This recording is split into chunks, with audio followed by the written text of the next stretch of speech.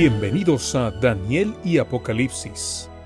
Hoy estudiaremos un mensaje poderoso que nos recuerda que, aún en medio de crisis, cambios y desafíos espirituales, Dios sigue teniendo el control de la historia.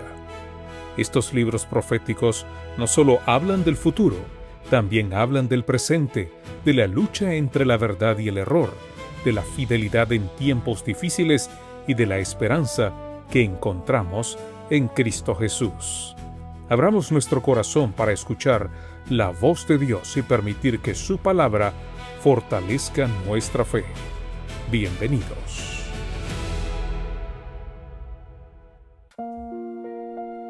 Hola, ¿qué tal mis amigas y amigos? Qué gran privilegio es compartir con ustedes una vez más.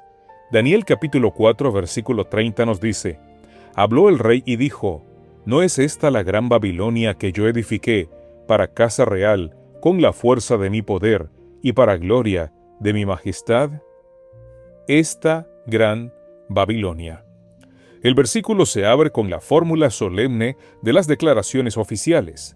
Habló el rey y dijo, pero no hay auditorio.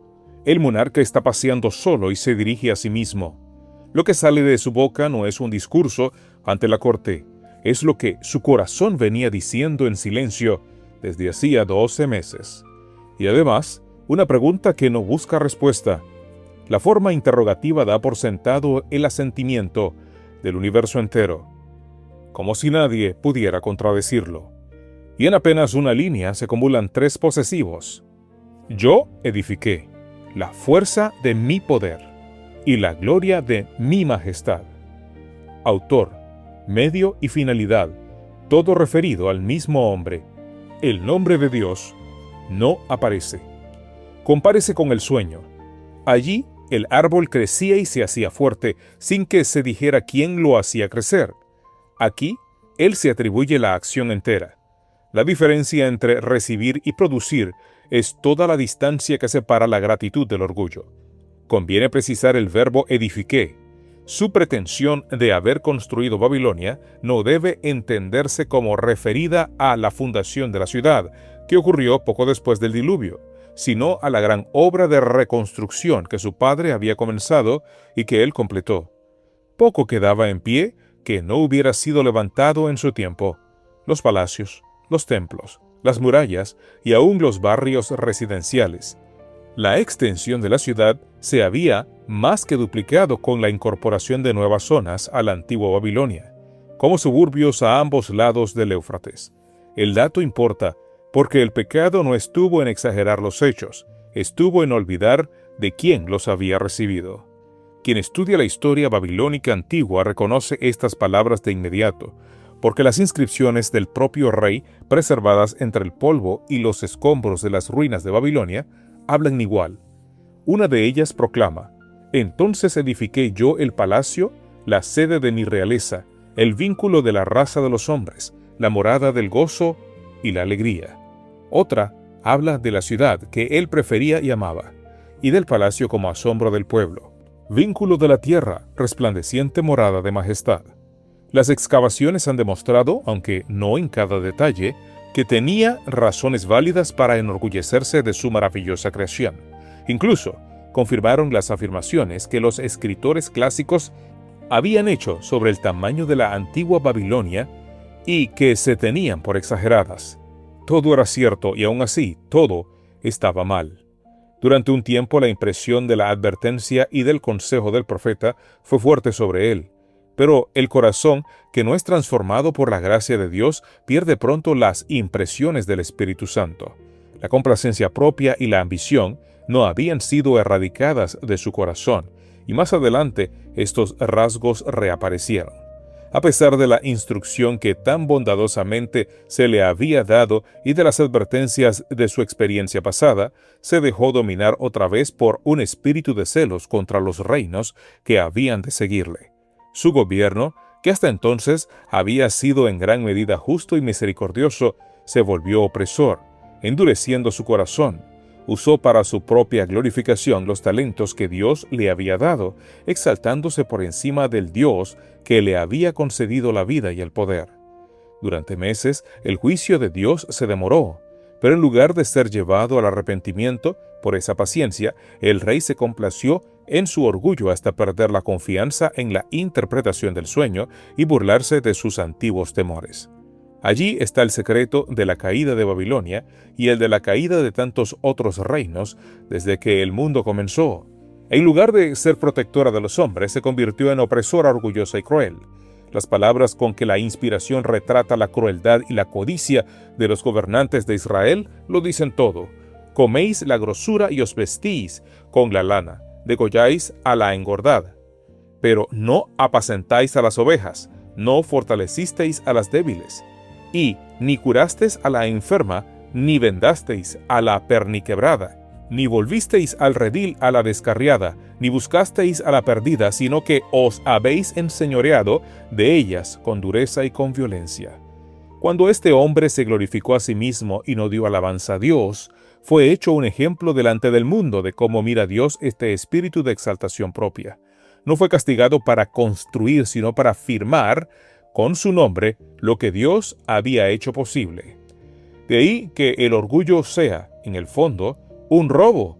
Toma un don recibido y le cambia la etiqueta.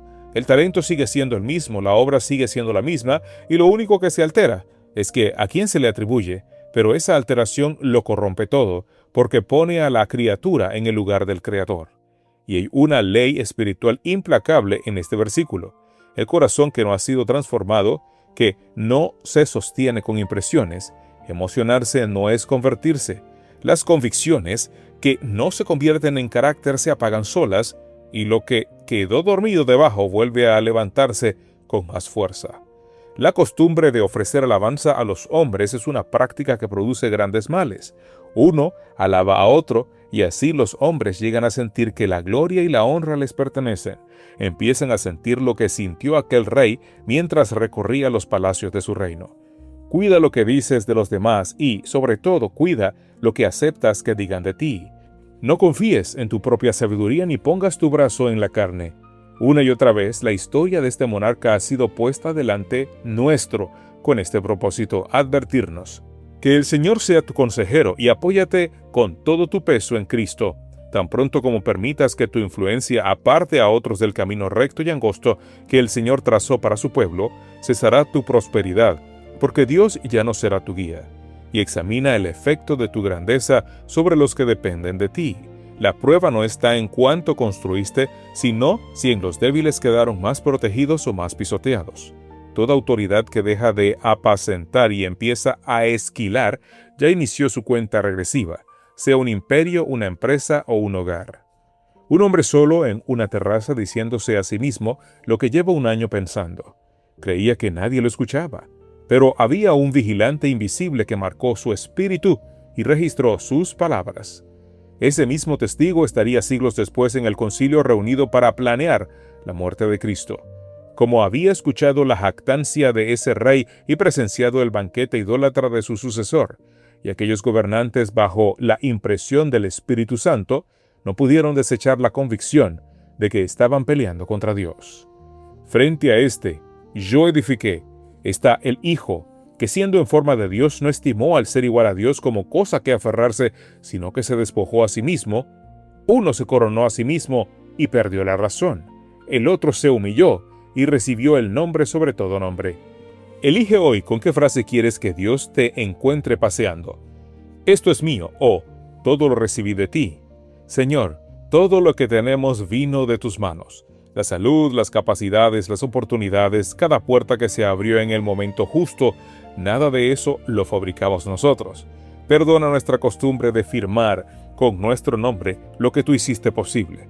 Perdona el yo edifiqué que se nos escapa cuando nadie escucha y líbranos de buscar y de aceptar la alabanza que solo a ti pertenece. No permitas que nos quedemos en impresiones pasajeras. Transforma nuestro corazón de raíz, arranca la ambición y la complacencia propia y haz que lo que hoy sentimos se convierta mañana en carácter. Enséñanos a usar para tu gloria lo que nos has confiado, protegiendo a los débiles en lugar de aprovecharnos de ellos.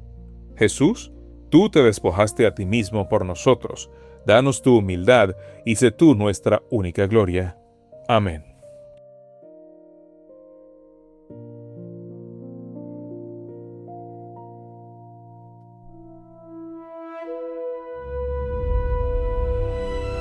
Gracias por acompañarnos en este estudio de Daniel y Apocalipsis.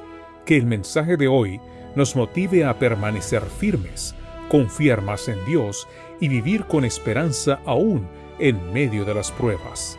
Recordemos que los reinos de este mundo pasarán, pero el reino de Dios permanecerá para siempre. Hasta nuestro próximo encuentro, que el Señor bendiga tu vida y fortalezca tu caminar espiritual.